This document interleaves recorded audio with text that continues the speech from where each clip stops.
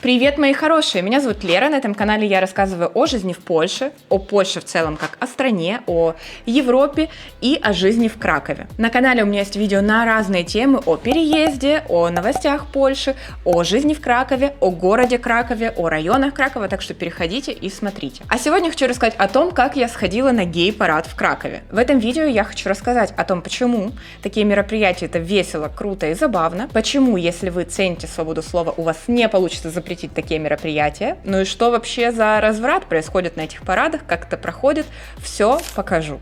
И начать я хочу с терминологии. Гей-парад, ЛГБТ-парад, бесчинство, разврат и все прочее – это не совсем подходящее название для этого мероприятия. Официально это называется марш равенства, но и так получается, что представители ЛГБТ, они как бы полностью поддерживают ценности этой формулировки, и поэтому основная масса людей, которые там были, они как раз принадлежат к этому сообществу. Ну и туда приходят и были в Кракове не только люди, которые имеют какую-то нетрадиционную ориентацию или которые гомосексуальны, геи, лесбиянки, нет, там были абсолютно разные люди. Я уверена, что многие люди там были гетеросексуальной ориентации, ничего особенного в этом плане у них не было, но они пришли туда, потому что это марш в первую очередь равенства. Все люди равны, вне зависимости от пола, вне зависимости от сексуальных предпочтений и всего такого. Это важно. В Кракове такой марш проходит каждый год. В том году у них, по-моему, что-то не получилось из-за, понятное дело, карантина. А в этом году впервые этот марш поддержал официально мэр города Кракова. Ну, он прям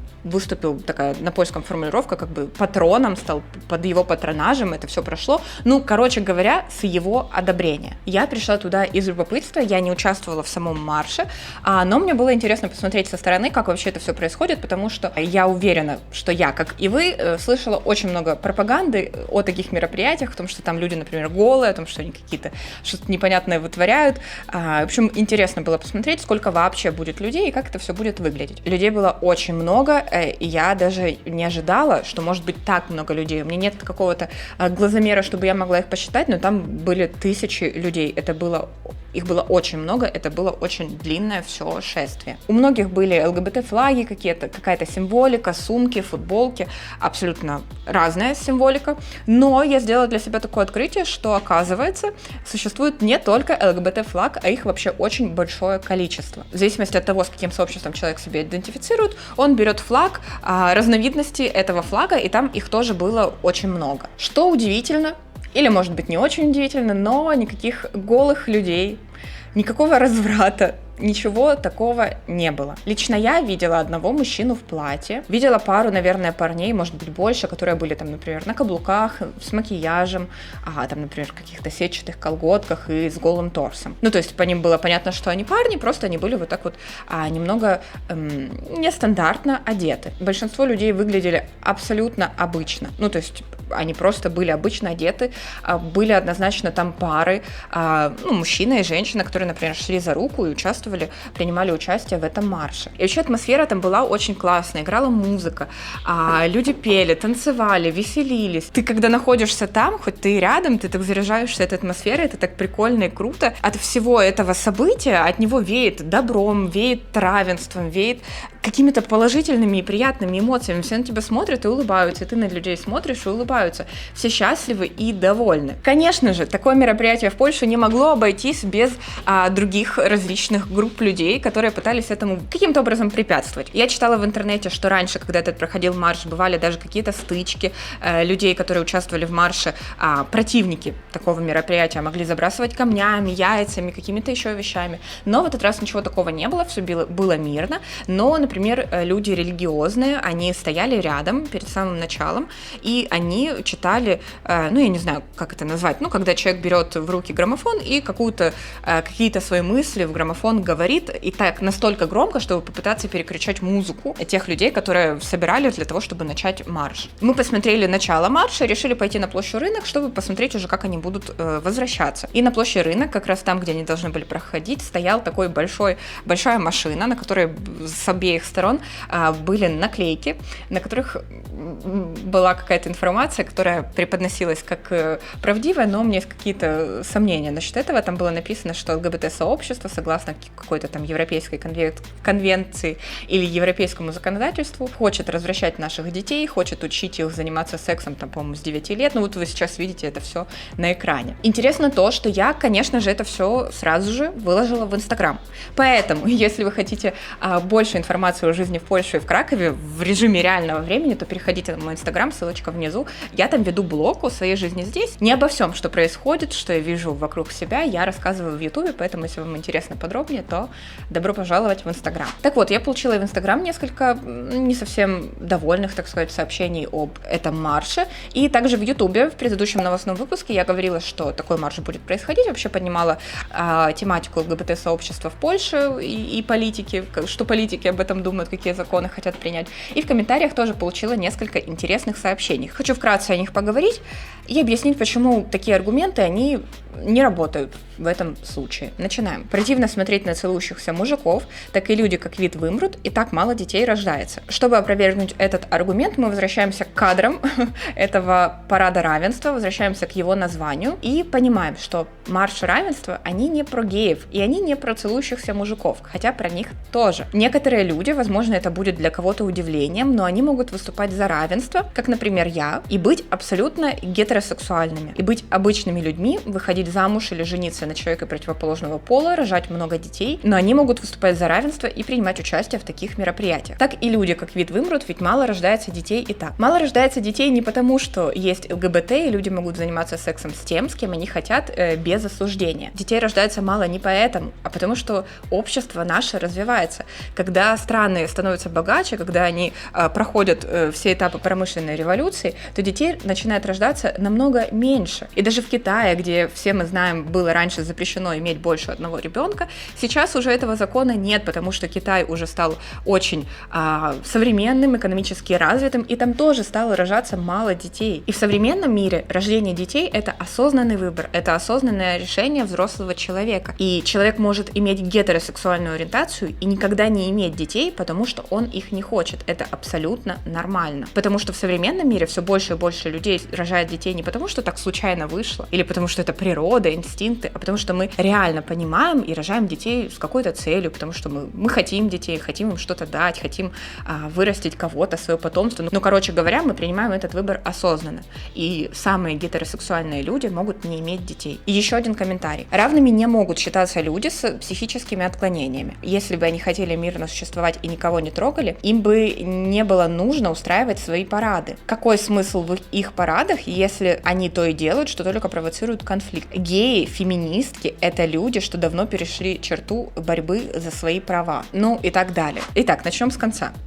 Не знаю, станет ли для вас это откровением или нет. Надеюсь, это не послужит поводом отписаться от моего канала, как все остальные вещи, что я говорю. Но я себя определяю как феминистка. В феминизме существуют различные течения. Я брею подмышки, брею ноги, если у вас возник такой вопрос. Я замужем, планирую иметь детей, но я за равенство мужчин и женщин в различных бытовых ролях, в воспитании детей, в экономическом плане. И я не очень понимаю, как комментатор уместил в одной строчке и геев, и феминисток, потому что все-таки с его даже позиции, не с моей позиции, но это немножко разное. Одно дело, когда ты идешь против природы, занимаешься сексом не с человеком противоположного пола, по их мнению, я так не считаю, что это идти против природы. Ну и другое дело, когда ты просто женщина, которая хочет работать, хочет голосовать, хочет не заниматься всеми бытовыми делами. Что здесь странного, мне совсем непонятно. Ну а теперь в начало. Человек написал, что равными не могут считаться люди с психическими отклонениями. А я не буду грузить вас фактами, там, обращаться, не знаю, к МКБ или к чему-то еще, но люди с нетрадиционной ориентацией, они как бы в научном мире не считаются людьми с психическими отклонениями. Но допустим, ученые ошибаются, и допустим, это неправда, и комментатор оспаривает именно этот факт, что на самом деле эти люди, они больные на голову, и поэтому они не могут считаться равными. Тогда что получается? Люди с другими психическими отклонениями тоже не могут считаться равными, у них не такие же права, как и у других людей. У человека с каким-то заболеванием, не знаю, синдромом Дауна, например, у ребенка или взрослого, у него другие права. Нет, это бред. Тем более, если мы возьмем, к примеру, ту же Польшу, вы наверняка знаете, что в Польше запрещено делать аборт. И с осени 2020 года нельзя женщине сделать аборт, если она знает, что ее ребенок имеет какое-то неизлечимое заболевание, в том числе какие-то психические расстройства. Ну или вот, например, он болеет синдромом Дауна, женщина узнала, что она беременна таким ребенком, она не может прервать эту беременность. Почему? Потому что в Польше считают, Конституционный суд так постановил, что все люди, они одинаковые, и все нерожденные люди, они тоже все одинаковые, и мы не можем убивать детей, которые имеют какие-то пороки развития, потому что это евгеника, и это какое-то, эти дети имеют такие же права. Я с этим не согласна, могу поспорить, но видео не об этом, а о том, что даже в консервативной Польше все люди, вне зависимости от того, имеют ли они какие-то психические отклонения или нет, имеют равные права.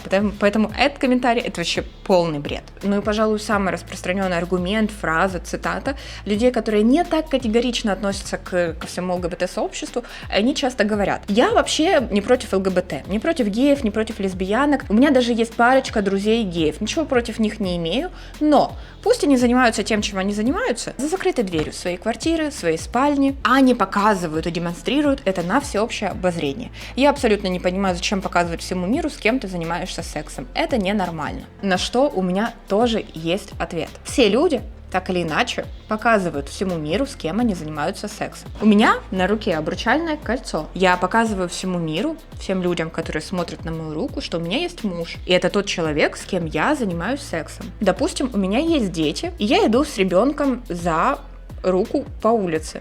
Я показываю всему миру, что у меня был секс с мужчиной, от которого родился этот ребенок. Неважно, сколько мне лет, допустим, мне 20 лет, и я иду со своим молодым человеком за руку по улице. Я показываю всему миру, что у меня с этим молодым человеком отношения. Мы с ним состоим в отношениях романтических. Когда два парня или две девушки идут за руку, они показывают ровно то же самое. И я не понимаю, в чем разница и почему бы они не должны были этого делать. В Кракове безумное количество костелов, очень много монастырей, и здесь очень много монахинь, которые ходят в соответствующей одежде. Знаете, что они показывают этой одеждой? Они показывают, что они ни с кем не занимаются сексом. Они в каком-то смысле замужем за Богом. Поинт в том и смысл, что все люди показывают обществу так или иначе, с кем они, чем занимаются. И представители ЛГБТ-сообщества не должны этого скрывать просто потому, что они делают что-то другое, что-то с человеком не того пола, с которым вы бы предпочитали заниматься сексом. Ну и последнее — это то, что такие события, ЛГБТ-флаг и прочее обвиняют в пропаганде, что это пропаганда левых ценностей,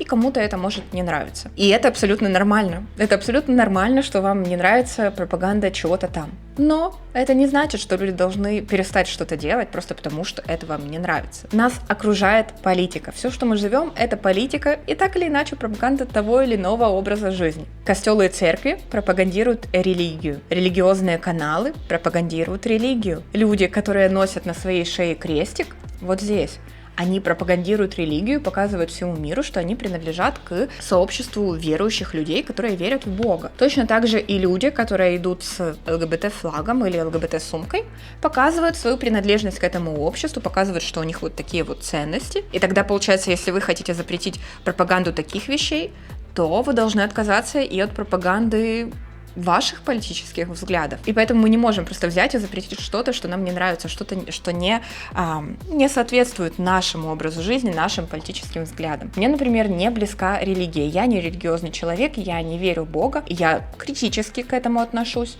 но я отношусь к этим людям с уважением, потому что, это их вера, это их право, это их выбор. И нет в моих мыслях вообще: давайте запретим костелы, давайте запретим Иисуса, давайте запретим всю религиозную символику, давайте запретим говорить об этом по телевизору. Нет, пожалуйста, говорите об этом по телевизору, и мы с вами будем конструктивно спорить. Наши два полярных взгляда будут сталкиваться между собой, и где-то между мы найдем истину. Ну и под конец хочу в который раз сказать, что в Польше все вообще неоднозначно. Польша нам может казаться очень европейской страной, в которой все такие же ценности, как в других европейских странах: секс-просвет, ЛГБТ, феминизм, все это очень распространено. И да, и нет. С другой стороны, нам может казаться, что в Польше очень религиозная, очень консервативная. Здесь вообще все так в ежовых рукавицах, ничего такого делать нельзя. Но как же марши равенства, которые проходят под патронажем мэра города?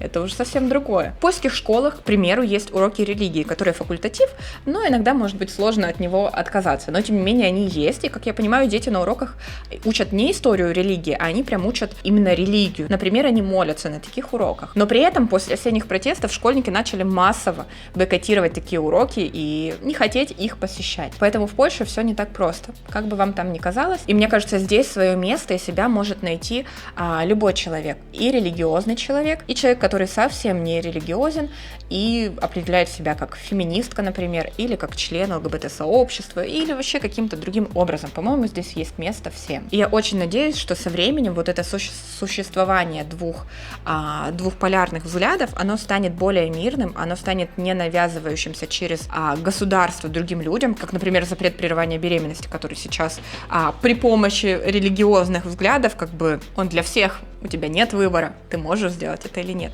Смысл в том, что я надеюсь, в будущем в Польше два полярных взгляда научатся жить мирно друг с другом, не будут вмешиваться в жизнь других людей, будут мирно спорить и находить истину где-то посередине. А что вы думаете по этому поводу? Очень интересно почитать ваше мнение в комментариях. Я, как вы понимаете, читаю все, очень часто отвечаю, лайкаю, поэтому пишите, и спасибо, что посмотрели мое видео. Я очень рада, что вы у меня есть.